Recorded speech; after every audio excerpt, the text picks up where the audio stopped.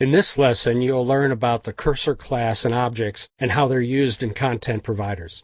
Cursors are used in a number of Android application functions in addition to content providers. For example, they're also used to supply data to the list functions that display data in a user interface. So we'll explore its application in other lessons to come. Their use specifically in content providers is as a vehicle to contain result sets from database query methods. Let's look at an example of this in our Notepad app. In the Notepad Provider class at statement 259, the return from a query function is defined as a cursor. Now let's look down at statement 317, where a cursor C is defined as a result of a query to our SQLite database. Next, in statement 328, we use the setNotificationURI method of the cursor class to tell the cursor what URI to watch for changes in source data.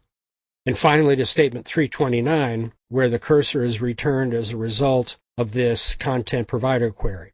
Remember, we'll be studying more about database queries in our lessons on SQLite database functions. And now back to the sequence of cursor uses. It's a little hard to follow, but what's happening is this. Remember our content provider classes and objects graphic that you see here. The cursor is being used to carry the result back through the chain of query methods to the content interface. So what happens next with the cursor there? To understand this, let's look at more detail about the cursor class and objects.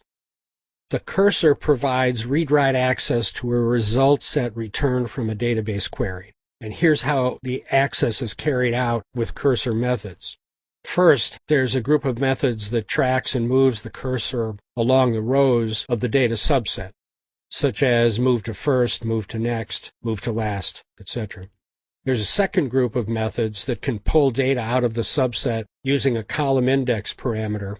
And notice that the data can be pulled in any primitive data type, such as double, float, long, etc.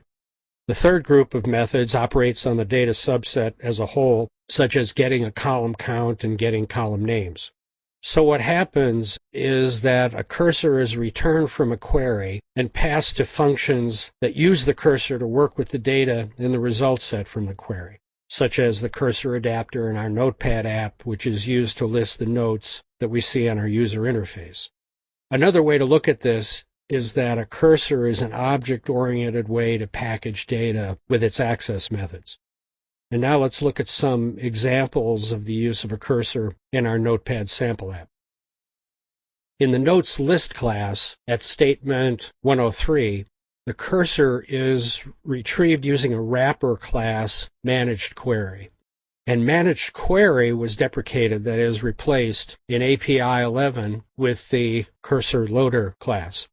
And I'm going to leave the details of all of this for future lessons on database management. For now, our focus is on content providers, and it's enough to understand that the cursor is used to return data from the query to the database.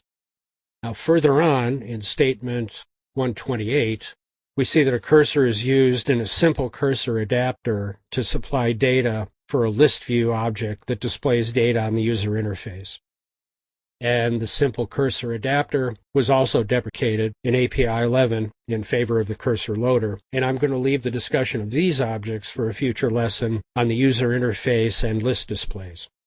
I realize that we're looking at the Notepad app in pieces here and there, because the app includes a number of Android capabilities that we're covering in multiple lessons. This approach to examining its code makes more sense than going from beginning to end in the app as we've done with some other sample apps.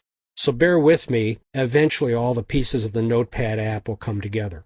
That's our lesson on cursors.